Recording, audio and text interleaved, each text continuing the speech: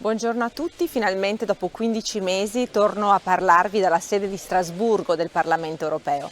È stata una grande emozione tornare qui perché significa che insieme stiamo uscendo dalla crisi pandemica che ci ha costretto nell'ultimo anno e mezzo a rinunciare a molte delle nostre abitudini.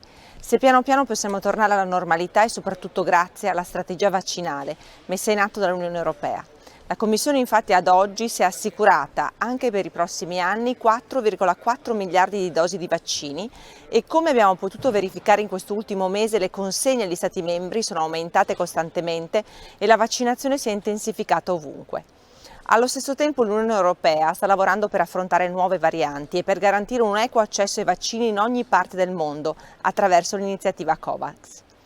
Attraverso poi una risoluzione approvata dal Parlamento europeo è stato deciso di sospendere i brevetti sui vaccini in sintonia con gli Stati Uniti, al fine di accelerare la produzione e garantire a tutti il diritto al vaccino.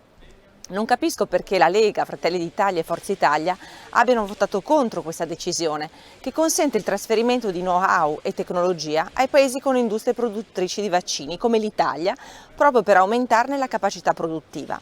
Infine, un altro passo concreto realizzato questa settimana è stata l'approvazione in Parlamento del certificato Covid digitale, che consentirà a chi è vaccinato di viaggiare, di lavorare e spostarsi liberamente in Europa senza l'obbligo di quarantena. Un grande incentivo per gli europei a venire in Italia, a trascorrere le proprie vacanze e sostenere così il settore del turismo.